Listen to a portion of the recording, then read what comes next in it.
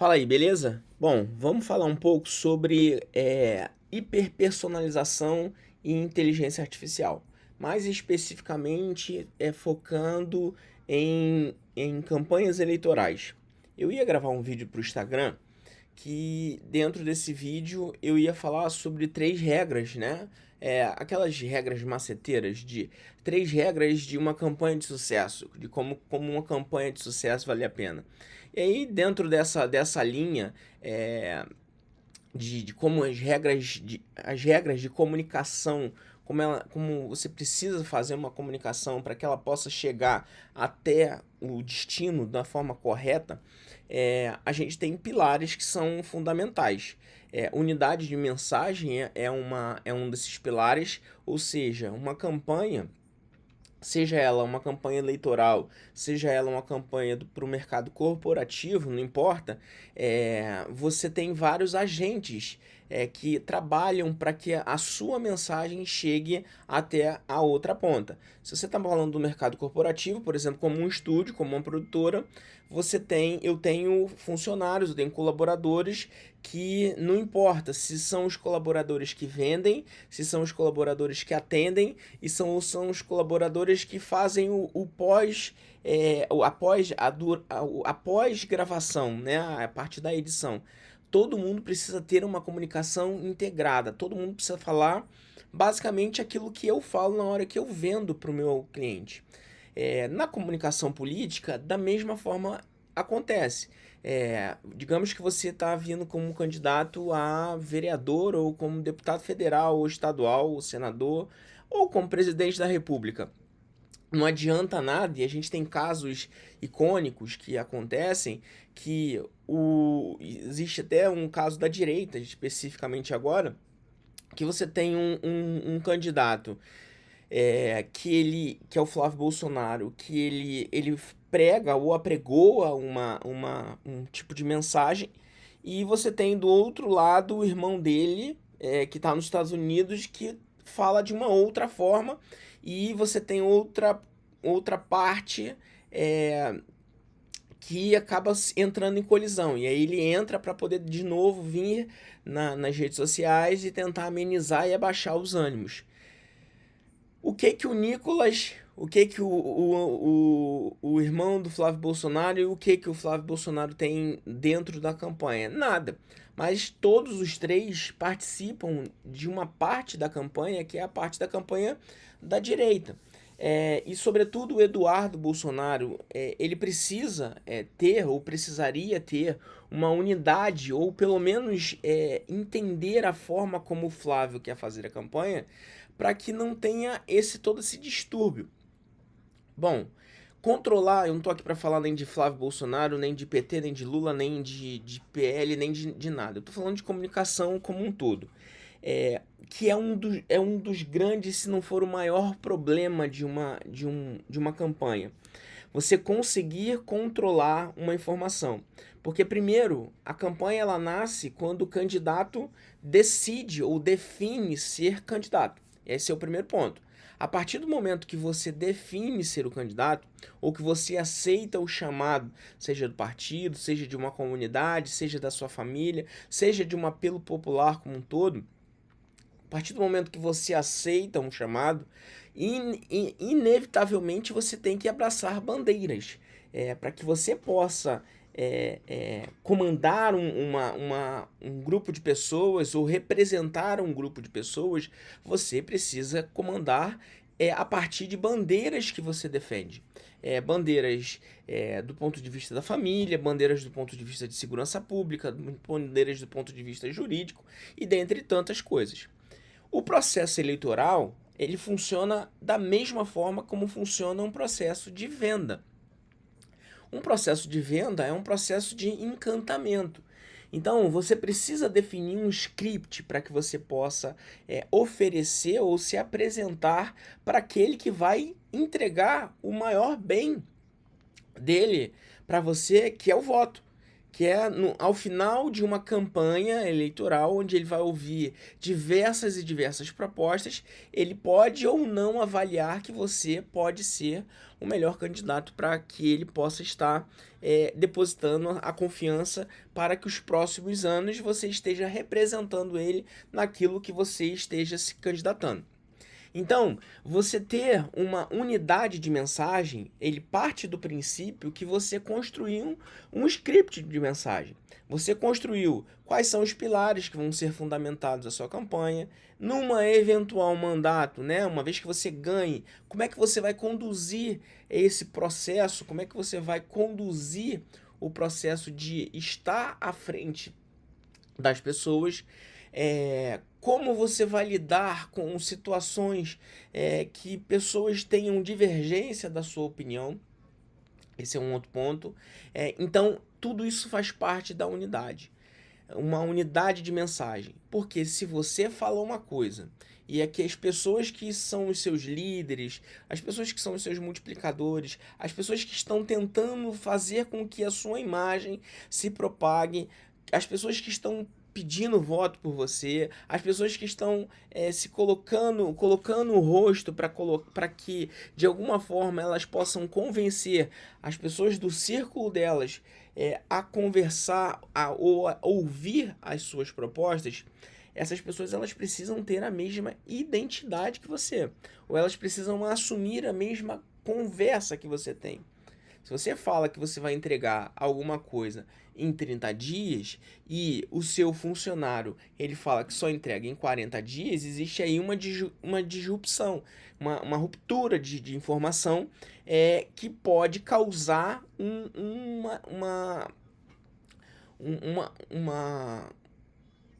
um problema de entendimento naquele que vai ouvir a mensagem, né? Por que você estava falando de 30 dias e a pessoa está falando de 40 dias? Da mesma forma como se você adota um tom que você vai combater a segurança pública de uma forma e uma outra pessoa fala de uma outra forma, você também tem um problema seríssimo. Então, a gente está falando, esse seria um primeiro pilar que eu classificaria aqui nesse encontro, nesse vídeo aqui, sobre o estudo de caso que eu vou mostrar para vocês em mapas, né? Eu vou mostrar isso na parte prática, como é que funciona esse tópico. Um segundo ponto é a questão da hierarquia de público, né? O que seria a hierarquia de público? Você, quando vai falar sobre segurança pública, se você estiver falando com o pai, você tem que falar de uma forma. Quando você está falando com o filho, você tem que falar de uma outra forma. Quando você está falando com um avô ou com uma pessoa que mora num outro bairro, você precisa falar de uma outra forma. O que eu quero dizer com isso? Existem níveis de maturidade para que a sua informação chegue até o público. Não adianta você falar com um jovem, com um adolescente, que ele simplesmente não pode mais circular nas ruas porque a segurança pública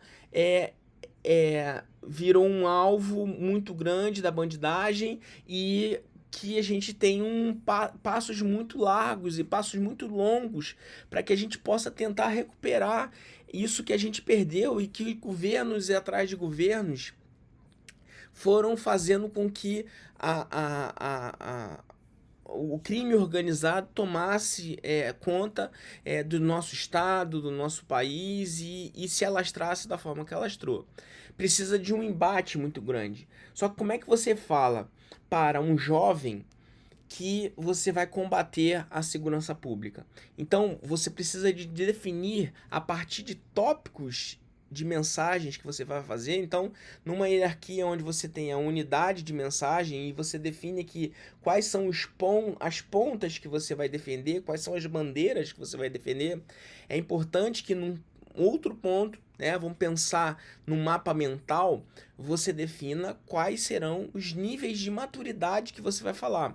Como você vai se comportar quando você estiver falando para jovens, como você vai se comportar e falar quando você estiver falando para mulheres, para homens, para senhores, como você vai se comportar de acordo com os diversos tipos de público que você precisa convencer, porque todos eles têm o que você quer, que é o voto. Esse seria um segundo ponto de informação. E um terceiro ponto que eu trago são os ciclos de intensidade que você tem que aplicar. Ciclos de intensidade, eu diria que são a forma e o volume, o que hoje nós chamamos de rede, mas se a gente fizer comparações com campanhas anteriores, você tinha o rádio como grande ponto de apoio, você tem a televisão como um grande ponto de apoio, você tem grandes veículos de comunicação como grande ponto de apoio. O rádio, por exemplo, a maior audiência para as campanhas eleitorais, elas aconteciam estrategicamente às 7 da manhã, quando tinha propaganda eleitoral, e às 19 horas. Por quê? É o horário que as pessoas estavam se fazendo trânsito para o seu trabalho, então você captava as pessoas que estavam no carro, no engarrafamento, provavelmente, esperando chegar no trabalho, então você conseguia passar a sua mensagem ali. De algum ponto, depois, e assim como se comportavam as campanhas eleitorais. No período do almoço e no período pós-janta, né? Pós-jantar, depois das 20 horas, você tinha uma concentração de esforços das equipes para que elas pudessem falar através de vídeo.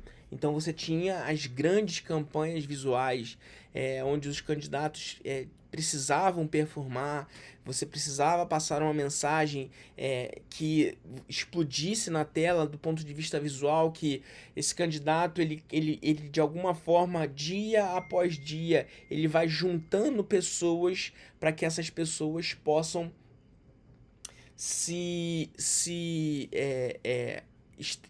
estarem se convencendo sobre essa mensagem. Então, as campanhas elas trabalhavam muito nisso.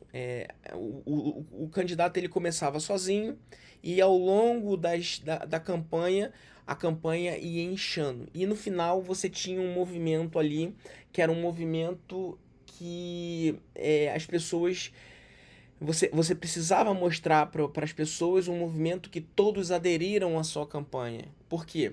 Porque, principalmente, o brasileiro ele tem uma característica muito forte, que ele não aceita perder. E por ele não aceitar perder, ele precisa votar com quem está mais forte. Então, quem tem maior capacidade de apresentar para um grupo de pessoas um projeto de que várias outras pessoas concordaram com ele, essa pessoa é provavelmente a escolhida para poder pegar e representar essa pessoa no negócio. Então, esses ciclos de intensidade aconteceriam nisso. Isso é no tempo da rádio, da televisão. Só que você tem um movimento da internet. E aí você tem um primeiro movimento da internet que para simplificar, eu vou caracterizar aí de 2010 até 2018, que você tem um tipo de comportamento. De 2018 até 2024, você tem um outro tipo de comportamento. E agora em 2026, você tem um outro tipo de comportamento. De 2010 a 2018, eu vou classificar isso como as grandes ferramentas utilizáveis ali eram o Facebook, os grupos de Facebook, sobretudo, e o Orkut em algum tempo ali, pelo menos até ali 2013, que também se baseava no modelo de grupos. Grupos de tela, né? São grupos de tela. Esses grupos eles não estavam no nosso telefone, eles estavam na tela. As pessoas elas precisavam vir para um computador e consumir o conteúdo no computador. Geralmente depois que acontecia algumas coisas.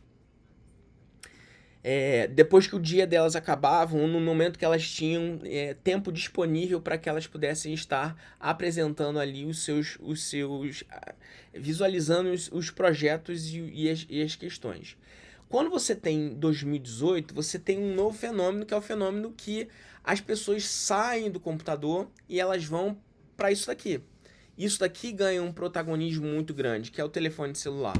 Todos, a partir de agora, eles têm o poder de ter o telefone celular como um aliado para receber a informação e reproduzir essa informação.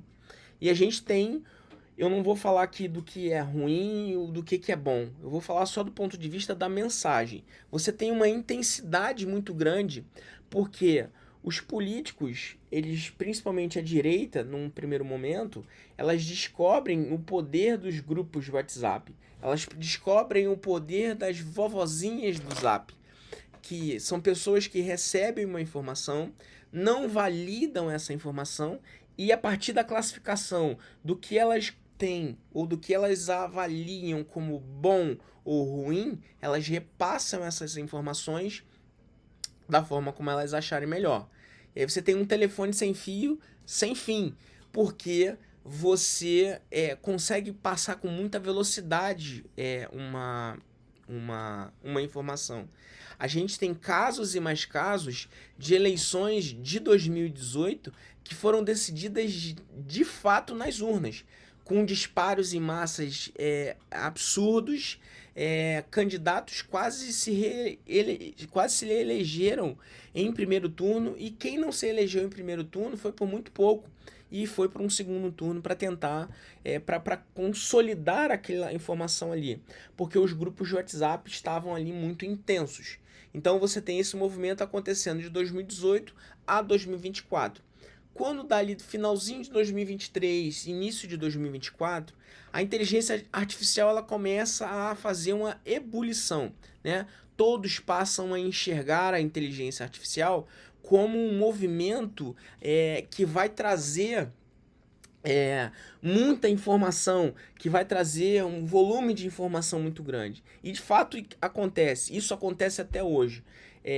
Mas é aqui que eu quero trazer o meu ponto de reflexão. Será que de fato a gente que trabalha com campanha, a gente que trabalha com comunicação política ou corporativa, nesse caso aqui a gente está falando sobre campanhas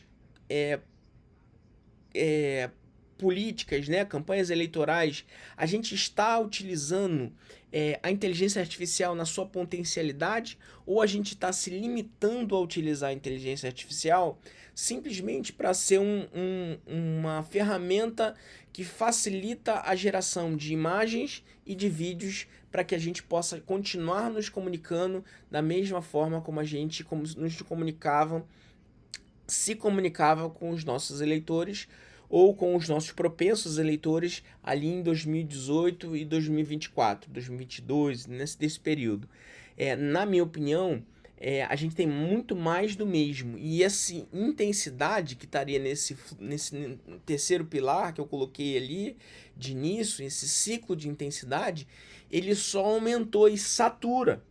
Ele saturou, as pessoas estão saturadas e existem diversos movimentos sobre isso.